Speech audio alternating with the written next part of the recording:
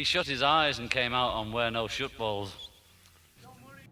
Good morning, people. It's now the day after Abbey Road release day, September 28th, 2019.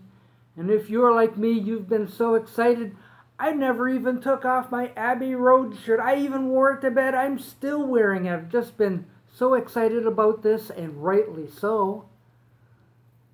I've got the 2 CD version of Abbey Road. Many of you other people out there have the 4 CD version with that great big book. Oh, that looks so great. Except for Fit to be Tie-Dyed. I think he's still waiting outside his house for his. I am so jealous, but hey, I'm one of the cheap people. This is all I can afford on my limited budget.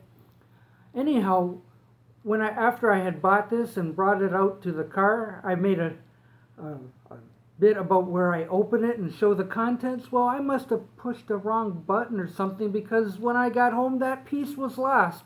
So I'm going to try to recreate it right here. So pretend I just bought this, okay? And I'm dashing out to the car and oh boy, look what I have. Let's open it right now and check out its contents. All right. So look, I'm taking off the shrink wrap. Boy, it's a lot easier the second time around. Okay, so there we are.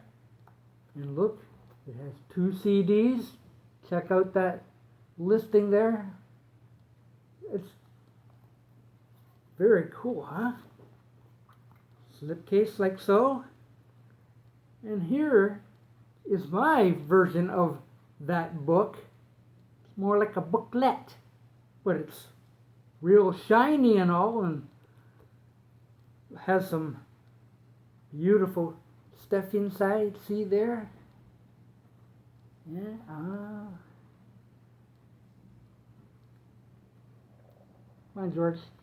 Come on, George. There's George. See? Very nice little booklet. Not as detailed as a gigantic book everybody else has, but it's quite informative. Ooh, look at that. So this is certainly not anything to complain about.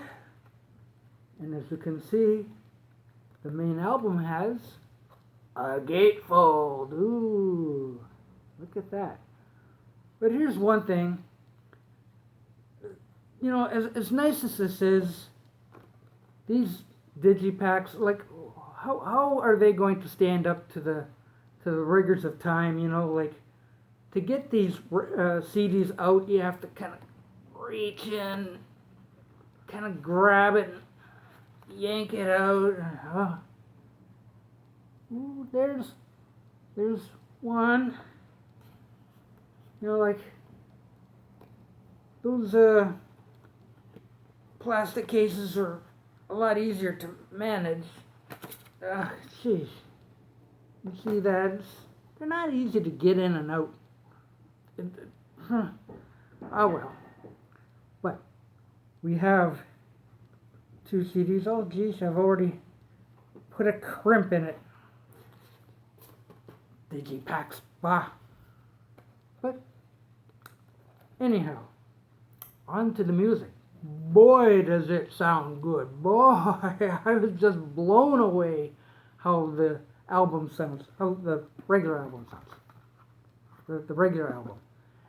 It is so rich and bassy, you know, like the bass and the drums have been punched up. It just sounds so immediate, and you can hear some keyboards that I never really noticed before. I thought it sounded very more live than the 1969 issue, and I'm listening to this thinking, just 6 years earlier, these 4 guys were going, "She loves you, yeah, yeah, yeah," and now look what they're doing. Holy cow, did they come forward a lot. Just fantastic stuff. Something I thought sounded so majestic, like it really sounded good. And a lot of the other songs, there were, it seemed like it was mostly keyboards that I seemed to notice more than anything in the mix. I thought, this really sounds good. So if you were wondering about a gold standard, ooh, this might be it. This might be it.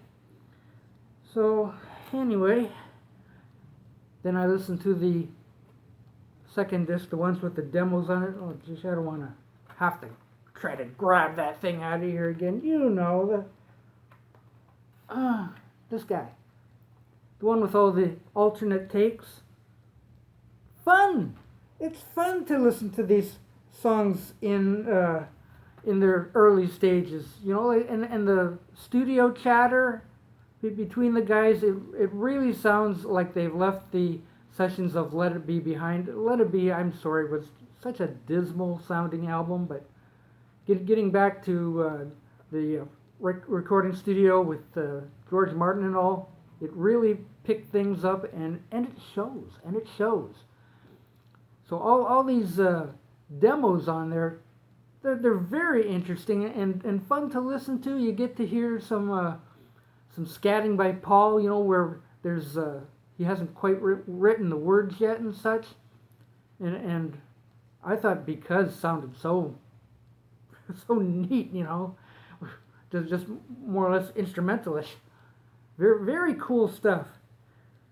So I say, if you can't afford that big 4 CD box set, or maybe even the 4 album CD, which I haven't seen yet. I'm sure somebody will bring one up sooner or later, but for those economy-minded people, this is just perfect.